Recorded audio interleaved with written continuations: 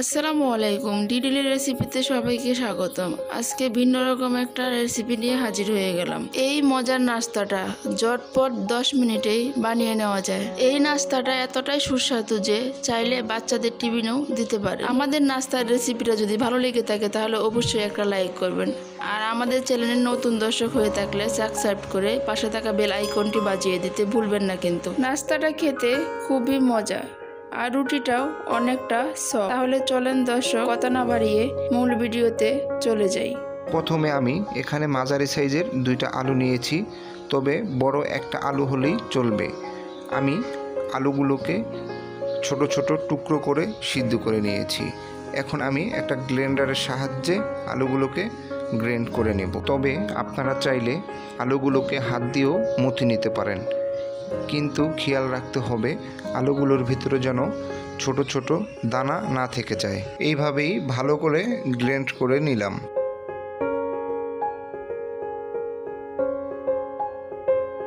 এখন এখানে দিয়ে দেব 1 কাপ পরিমাণ ময়দা। আপনারা চাইলে আটাও ব্যবহার করতে পারবেন, তাতে কোনো সমস্যা হবে না। এখন দিয়ে দেব 1 টেবিল চামচ পরিমাণ চিনি। দিয়ে দেব এখন 1/2 কাপ পরিমাণ টমেটো কুচি। টমেটোগুলো ভালো করে কুচি করে নেবেন। দিয়ে দেব এখানে 1/4 কাপ পরিমাণ পেঁয়াজ কুচি। দিয়ে দেব এখানে 8-10টা কাঁচামরিচ কুচি।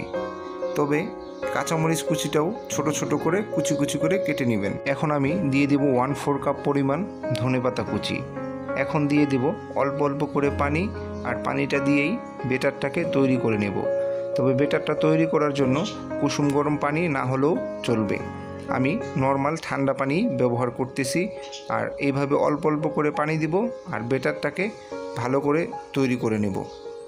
আর এইভাবেই বেটারটাকে আমি তৈরি করে নিলাম। আশা করি এইভাবেই বেটারটা তৈরি করে নেবেন। এখন আমি দিয়ে দেব এখানে 2টা ডিম। 2টা ডিম দিয়ে আমি বেটারটাকে আবারও ভালো করে মিশ্রণের সাথে মিশিয়ে নেব।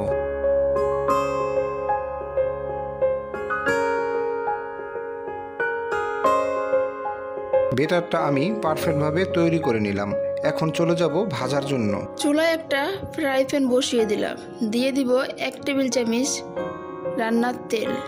দিয়ে আমি ভালোভাবে ফ্রাই প্যানটা গরম করে নেব। প্রথম পিঠাটা ভাজার জন্য দিয়ে দিব 2 চামচ বেটার।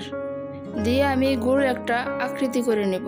এই পর্যায়ে চুলার আঁচটা মিডিয়াম থেকে একটু লো করে রাখবো, না হলে পিঠা পুড়ে যেতে পারে। আমাদের রেসিপিটা যদি ভালো লেগে থাকে অবশ্যই একটা লাইক করবেন। আর আমাদের চ্যানেলের নতুন দর্শক হয়ে থাকলে সাবস্ক্রাইব করবেন। এই পর্যায়ে ঢেকে দেব 1.5 থেকে 2 মিনিটের জন্য। আমি এখন দেখে নেব এই পাশটা ভাজা হয়েছে কিনা। এখন রুটিটাকে আমি উল্টিয়ে দেব। হ্যাঁ, এই পাশটা খুব ভালো করেই ভাজা হয়ে গেছে। এখন আবার ঢেকে দেব 1 মিনিটের জন্য, আর ফিরে আসব 1 মিনিট পর। এই পাশটাও এখন দেখে নেব ভালো করে ভাজা হয়েছে কিনা। তাই আমি এই পাশটাকেও উল্টিয়ে দেখে নেব। ওয়াও, এই পাশটাও আলহামদুলিল্লাহ খুব সুন্দরভাবেই ভাজা হয়ে গেছে। এখন রুটিটাকে আমি উঠিয়ে নেব, আর সবগুলো রুটি এইভাবে করে আমি ভেজে নেব। চেষ্টা করেছি রেসিপিটা সহজভাবে তৈরি করার জন্য। আশা করি আপনাদের কাছে ভালো লেগেছে। যদি ভালো লেগে থাকে তাহলে অবশ্যই একবার হলো ট্রাই করে দেখবেন আর আমাদের কমেন্টে জানাবেন। এটা যে কত মজার নাস্তাটা, যাকে আপনি বানিয়ে খাওয়াবেন সে আপনার প্রেমে পড়ে যাবে। আজকের আয়োজন এই পর্যন্তই। দেখা হবে নতুন কোনো রেসিপিতে। সেই পর্যন্ত ভালো থাকবেন, সুস্থ থাকবেন, পুষ্টিকর খাবার খাবেন। আল্লাহ হাফেজ।